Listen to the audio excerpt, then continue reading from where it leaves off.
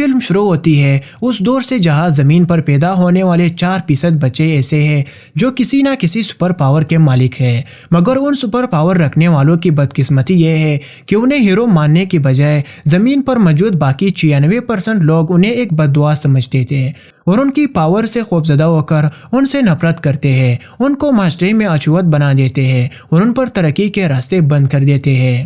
Film کا hero red electricity کو manipulate کرنے کی پاور رکھتا تھا۔ اس کی پاور اتنی ہے کہ جس سے وہ پورے شہر کو الیکٹریسٹی دے سکتا ہے، مگر اس نے اپنے ساتھ لوگوں کے برے سلوک کو دیکھتے ہوئے ایسا نہیں کیا۔ وہ خاموشی سے ایک مزدور کی طرح کام کر کے اپنی زندگی گزارتا ہے۔ ایک دن وہ کام سے گھر آتا ہے تو ریڈ کی ماں اپنے یونیفارم میں ہی صوفے پر سوئی نظر آتی ہے۔ ریڈ کو اپنی ماں سے بہت پیار ہوتا ہے اور وہ ماں کی بیماری کینسر کو لے کر پریشان ہے، اس لیے وہ ماں سے کہتا ہے کہ آپ کی بیماری بڑھ رہی ہے، اسی لیے آپ کو چینج کے بنا ہی صوفے پر سو گئی ہے۔ ماں ریڈ کو تسلی دیتی ہے اور اسے انٹرویو کے لیے اچھی طرح تیاری کرنے کی ہدایت دیتی ہے۔ انٹرویو کے دوران ریڈ ناکام ہو جاتا ہے اور سخت مایوس ہو کر اسی جگہ چلا جاتا ہے جہاں وہ مزدوری کرتا تھا۔ وہاں اچانک آسمان پر ایک ڈرون نمودار ہوتا ہے۔ پولیس انتظامیہ کو شک ہوتا ہے کہ مزدوروں کی آڑ میں کچھ ڈرگ ڈیلر بھی چھپے ہوئے ہیں۔ تمام لیبر کو باہر نکالنے کا حکم دیا جاتا ہے اور ڈرون کے ذریعے ان کی آئیڈینٹیفیکیشن کی جاتی ہے۔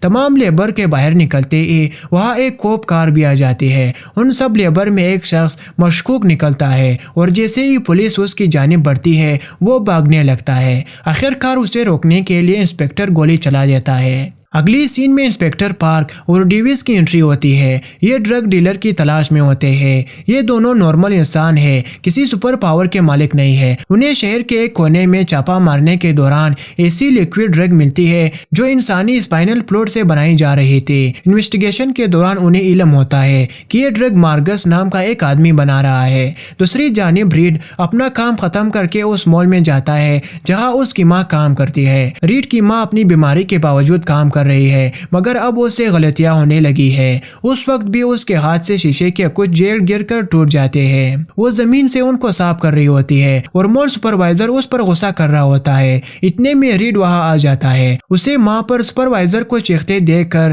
شدید غصہ میں آ جاتا ہے اور وہ چاہتا ہے کہ اپنی الیکٹریسٹی والی پاورز اس پر یوز کرے، مگر ریڈ کی ماں اسے ایسا کرنے سے روک دیتی ہے۔ مگر سپروائزر سمجھ جاتا ہے کہ ریڈ ایک سپر پاور رکھنے والا انسان ہے، اسی وجہ سے وہ اسے نفرت سے دیکھتا رہتا ہے اور اس کی ماں کو بھی جاب سے نکال دیتا ہے۔ اپنی ماں کے ساتھ ریڈ گھر جانے کے لیے کار میں روانہ ہوتا ہے جہاں وہ اپنی ماں سے کہتا ہے کہ اس کی بیماری کی وجہ سے یہ سب ہو رہا ہے۔ وہ اپنی ماں سے کہتا ہے کہ وہ کمزور ہو رہی ہے، اسی وجہ سے وہ باتیں اور چیزیں بول رہی ہے۔ وہ کہتا ہے کہ میں ڈھیر سارا پیسہ کما کر تمہارا علاج کرواؤں گا اور پیسہ حاصل کرنے کے لیے میں یہ کار بھی سیل کر دوں گا۔ جواب میں اس کی ماں اسے پھر یہی کہتی ہے کہ پیسہ حاصل کرنے کے لیے تم کوئی بھی غلط کام مت کرنا۔ دوسری دن سے ریڈ ایک ایسی جگہ جا کر کھڑا ہو جاتا ہے جہاں بہت سے لیبر کھڑے ہوتے ہیں کہ کوئی انہیں کام دے دے۔ اسی دوران وہاں ایک ریڈ کلر کی کار آ کے رکتی ہے۔ اس کار میں گیریڈ ہوتا ہے۔ وہ اپنے سامنے کھڑے لیبر سے کہتا ہے کہ مجھے ایک الیکٹریکل چاہیے جو کم از کم سٹینڈرڈ 2 کا ہو، میں اسے اپنے ساتھ کام کرنے کے $200 دوں گا۔ اسی وقت ریڈ جو کہ کلاس 5 کا الیکٹریکل میوٹن ہوتا ہے، اس لیے وہ گاڑی میں بیٹھ جاتا ہے۔ گیریڈ ایک ایسا انسان تھا جو ٹیلیکینسس کی پاور رکھتا تھا۔ یہ ایک ایسی پاور تھی جس کے ذریعے وہ بغیر کسی چیز کو ٹچ کیے نہ صرف اسے اٹھا سکتا تھا بلکہ اس کے فزیکل اپیرنس میں بھی چینجنگ کر سکتا تھا۔ یہ اسی ڈرگ ڈیلر مارگس کے لیے کام کرتا تھا جو انسانی اسپائنل فلوئڈ سے سیک نامی لیکوڈ ڈرگز بناتا تھا۔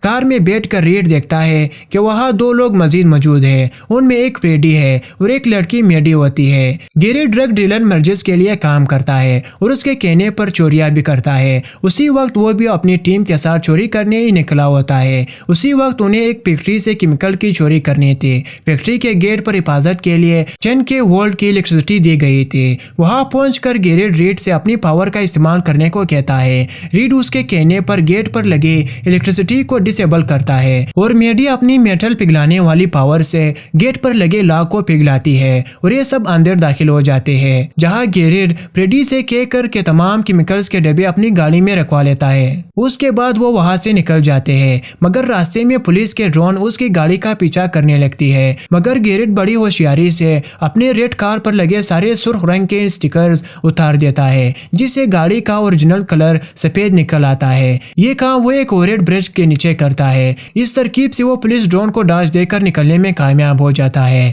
اپنی ٹیم فریڈی، ریڈ اور میڈی کے ساتھ وہ اپنے باس مرجز کے پاس پہنچ جاتا ہے۔ یہ ایک بار ہوتا ہے جہاں ریڈ کی ملاقات ایک لڑکی نیا سے ہوتی ہے۔ یہ ایک نیک دل لڑکی ہوتی ہے جو مرجز کے ساتھ رہتی ہے۔ یہ سب سپر پاورز رکھنے والے لوگ ہیں۔ مرجز کے پاس ایسی پاور ہے جس سے وہ کسی کا بھی دماغ پڑھ سکتا ہے، جبکہ نیا اپنی پاور سے کسی بھی بیمار انسان کی بیماری کھینچ کر اسے ٹھیک کرنے کی پاور رکھتی ہے۔ نیا کی اسی پاور کی وجہ سے مرجز نے اسے اپنے پاس رکھا ہوا تھا۔ اگلی سین میں مرجز گیرٹ سے کہتا ہے کہ انڈر ورلڈ میں اوپر والے لوگ ہم سے اپنا پیسہ واپس مانگ رہے ہیں۔ انہیں یہ پیسہ واپس کرنے کے لیے تمہیں بینک رابری کرنی پڑے گی۔ یہ ایک بڑا کام ہے، اگر تم نے کامیابی سے کر لیا تو میں تمہاری ٹیم کے ہر ممبر کو $25,000 دوں گا۔ ساتھ ہی وہ اسے ریڈ کے مزید ٹریننگ دینے کو کہتا ہے تاکہ اسے صحیح معنوں میں کام لیا جا سکے۔ گیرٹ اس پر ایگری ہو جاتا ہے۔ دوسرے دن وہ ریڈ کو لے کر اسی جگہ جاتا ہے جہاں سے اس نے ریڈ کو لیا تھا۔ وہ اسے $200 کی جگہ $300 دے کر کہتا ہے کہ تم نے اچھا کام کیا ہے، کل ایک اور کام ہے، اگر تم کرنا چاہتے ہو تو تمہیں اس سے کئی زیادہ پیسہ ملیں گے، اگر تم ایگری ہو تو کل مجھے یہی مل جانا۔ یہاں سے ریڈ سیدھا اپنے گھر جاتا ہے، ماں سے مل کر تمام رقم سیو کر دیتا ہے۔ دوسرے دن وہ پھر وہاں چلا جاتا ہے جہاں لیبرز کھڑے ہوتی ہے۔ انسپیکٹر پارک اور ڈیوس رات میں ہونے والی جرم کی انویسٹیگیشن کر رہے ہوتے ہیں۔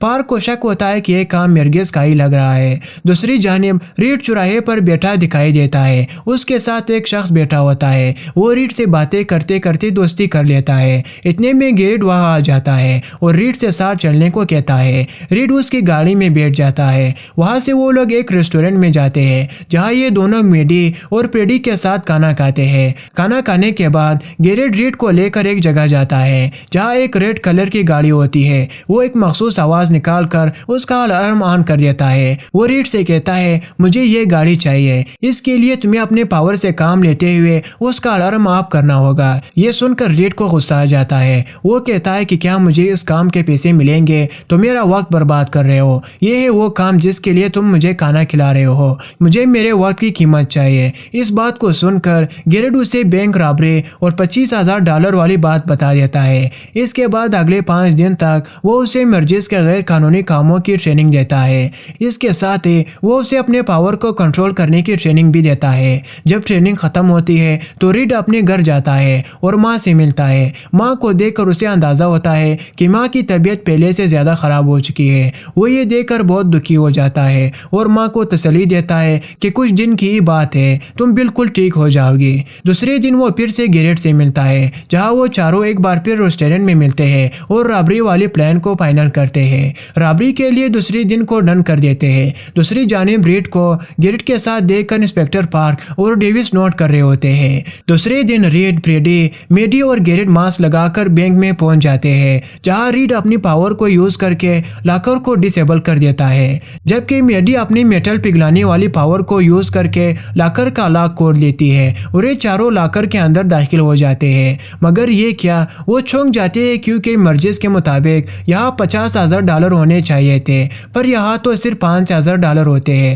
ابھی وہ اس بات کو لے کر ڈسکس کر رہے ہوتے ہیں کہ بینک والے الارم بجانے میں کامیاب ہو جاتے ہیں اور فوراً ہی پولیس کے ڈرون وہاں پہنچ جاتے ہیں۔ یہ چاروں جلدی سے $5,000 لے کر بینک سے باہر نکل آتے ہیں، مگر یہاں تو ڈرون ان کا منتظر ہوتا ہے۔ اسی وقت گیرٹ کے کہنے پر ریڈ اپنی پاور کو یوز کرتے ہوئے ڈرون کو ناکارہ کر دیتا ہے اور وہ زمین پر گر جاتا ہے۔ ڈرون کے گرتے ہی وہ وہاں سے روانہ ہو جاتے ہیں اور مرجز کے پاس جاتے ہیں۔ اسی باغ دوڑ میں ریڈ کے ایک ہاتھ پر ایک گہرا زخم لگ جاتا ہے۔ وہاں ایک کمرے میں نیا بھی موجود ہوتی ہے۔ ریڈ سب سے ہٹ کر اس کے پاس چلا جاتا ہے اور بینک رابری کی پوری تفصیل اسے بتاتا ہے۔ اسی وقت نیا کی نظر ریڈ کے زخم پر پڑتی ہے اور وہ اپنا ہاتھ اس کے زخم پر رکھ دیتی ہے۔ کچھ ہی دیر میں وہ زخم چمکنے لگتا ہے اور پھر غائب ہو جاتا ہے۔ ریڈ یہ دیکھ کر بہت خوش ہوتا ہے اور وہ واپس اپنے گھر چلا جاتا ہے۔ جب وہ گھر جاتا ہے تو دیکھتا ہے کہ اس کی ماں ڈھیر سارے نوٹ سامنے رکھی بیٹھی ہوتی ہے۔ وہ ریڈ سے کہتی ہے کہ یہ سب رقم تم نے غلط کام کے لیے کمائی ہے،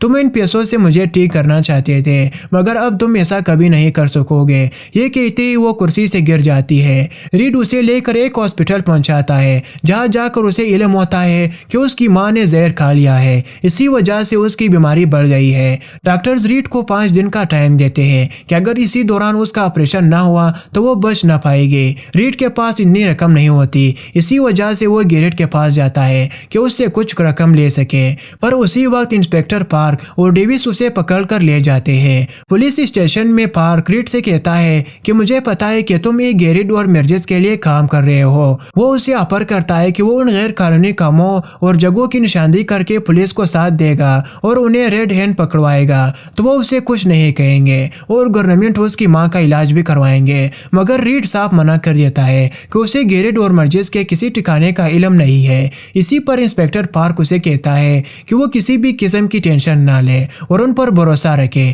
اسے کچھ نہیں ہوگا۔ وہ اسے یہ بھی بتاتا ہے کہ تمہارے والد بھی ہمارے مخبر تھے، اگر تمہیں مرجز کے کسی ٹھکانے کا پتہ چلے تو مجھے ضرور بتانا، اب تم جا سکتے ہو۔ پولیس اسٹیشن سے نکل کر ریڈ گیرٹ کے پاس جانے کا ہی سوچ رہا ہوتا ہے کہ اتنے میں وہ خود ہی گاڑی لے کر آ جاتا ہے اور اسے مرجز کے پاس لے جاتا ہے، جہاں مرجز اسے دیکھ کر بہت خوش ہوتا ہے کیونکہ اسے اپنے پاور سے معلوم ہو جاتا ہے کہ ریڈ نے پولیس کو کچھ نہیں بتایا ہے۔ ساتھ ہی وہ ریڈ سے کہتا ہے کہ مجھے علم ہے تمہیں پیسوں کی ضرورت ہے جو تمہیں تب بھی ملیں گے جب تم میرا ایک اور کام کرو گے۔ وہ کام کو پوچھتا ہے تو مرجز گیرٹ کی طرف اشارہ کر دیتا ہے۔ اس پر گیرٹ کہتا ہے میں ریڈ کو تو بتا دوں گا پر یہ بہت مشکل کام ہے اور یہ اسی شرط پر ہوگا کہ اگر مجھے 50% دو گے۔ پہلے تو مرگز راضی نہیں ہوتا مگر کچھ دیر بعد مان جاتا ہے، مگر گیرٹ سے کہتا ہے کہ تمہارے ساتھ میرا ایک آدمی رینو بھی جائے گا۔ گیرٹ یہ بات مان جاتا ہے۔ پہلے کی طرح گیرٹ اپنی چوری کرنے کا پلان سب ٹیم ممبران سے شیئر کرتا ہے۔ اگلے سین میں ایک بڑی کالے رنگ کی وین دکھائی دیتی ہے جس میں 2 سیکورٹی گارڈز کالے کپڑے میں لپٹے 2 سوٹ کیس رکھتے نظر آتے ہیں۔ یہ بینک سے رقم ٹرانسفر کرنے والی وین ہوتی ہے۔ اسی بار گیرٹ نے بینک کی بجائے اسی وین کو لوٹنے کا منصوبہ بنایا ہوتا ہے۔ یہ وین جب بینک سے کافی دور ایک سنسان جگہ سے گزر رہی ہوتی ہے، گیرٹ ایک ٹرک لا کر اس کا راستہ روک دیتا ہے۔ ریڈ اپنے پاور سے کام لے کر اس وین کے انجن کو خراب کر دیتا ہے، جبکہ مینڈی اپنی پاور کا استعمال کر کے میٹل پگھلا دیتی ہے۔ اسی وقت مرجز کے آدمی رینو کے ساتھ مل کر وہ وین سے رقم نکال رہے ہوتے ہیں، مگر مرجز کے آدمی رینو پیسہ مل جانے کے بعد مینڈی اور فریڈی کو زخمی کر کے رقم لے کر مرجز کے پاس پہنچ جاتا ہے۔ مینڈی کو مرا ہوا اور فریڈی کو زخمی حالت میں دیکھ کر گیرٹ اور ریڈ سمجھ جاتے ہیں کہ مرجز نے انہیں دھوکہ دیا ہے۔ یہ سب دیکھ کر ریڈ کو احساس ہوتا ہے کہ اس نے غلط کام کیا ہے، اس وجہ سے اس کے ساتھ یہ ہو رہا ہے اور اتنا سب کر کے بھی وہ شاید انہیں اپنی ماں کو نہ بچا سکے۔ اتنے دیر میں واردات کی اطلاعات ملنے پر پولیس کے ڈرون بھی پہنچ جاتے ہیں۔ پولیس سے خود کو اور زخمی فریڈی کو بچاتے ہوئے وہ ایک سیف جگہ پہنچ جاتے ہیں جہاں بیٹھ کر وہ مرجز سے بدلہ لینے کا پلان بناتے ہیں۔ اسی دوران ریڈ ماں کے بارے میں ہی سوچتا رہتا ہے اور موقع ملتے ہی ماں سے ملنے چلا جاتا ہے۔ وہ اپنی ماں سے وعدہ کرتا ہے کہ آئندہ کوئی غلط کام نہیں کرے گا اور یہ بھی بس غلطی سے ہوئی ہے، وہ اسے صحیح کر دے گا۔